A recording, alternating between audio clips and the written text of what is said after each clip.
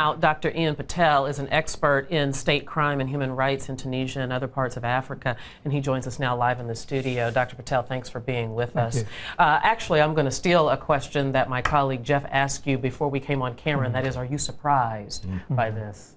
Well, I think this is only the latest in a series of violent events to happen in Tunisia since the revolution in 2011. And I suppose the most remarkable thing is that in the months immediately after the revolution, there seemed to be a lot of significant progress.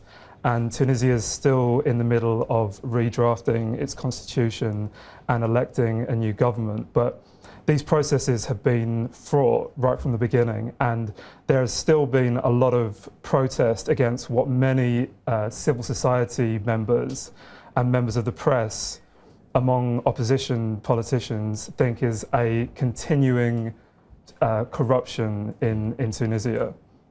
So to answer your question, I think this is not surprising, but the fact that this is an outright assassination of an active politician is cause for a good deal of concern. Doc, the coalition is crumbling, splintering. It's almost, I guess, non-existent now. It's falling apart. Is this phase 2 of that Arab Spring that began 2 years ago in Tunisia? Is this phase 2, you think? Well, I think it's very hard to say at this point. I mean, the most obvious thing about today's event is that the politician was a member of the left coalition.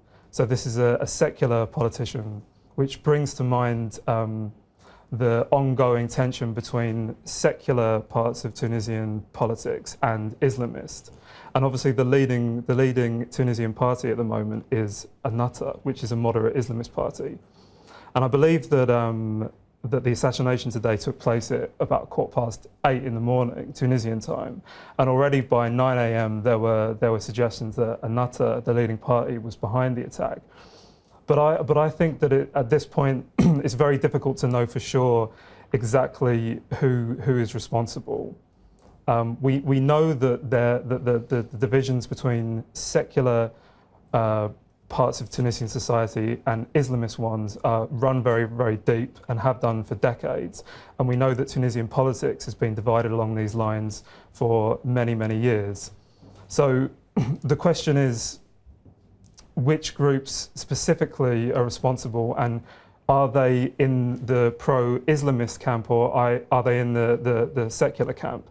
I mean, there certainly seems to be a hostility towards Islamist rule in Tunisia, and Tunisia seems to be undergoing a crisis about its identity, and it's trying to reconcile these very deeply held secular traditions with equally deeply held Islamist traditions. And we're going to have to leave it right there. Dr. Ian Patel, thank you very much for being with us. We do appreciate it.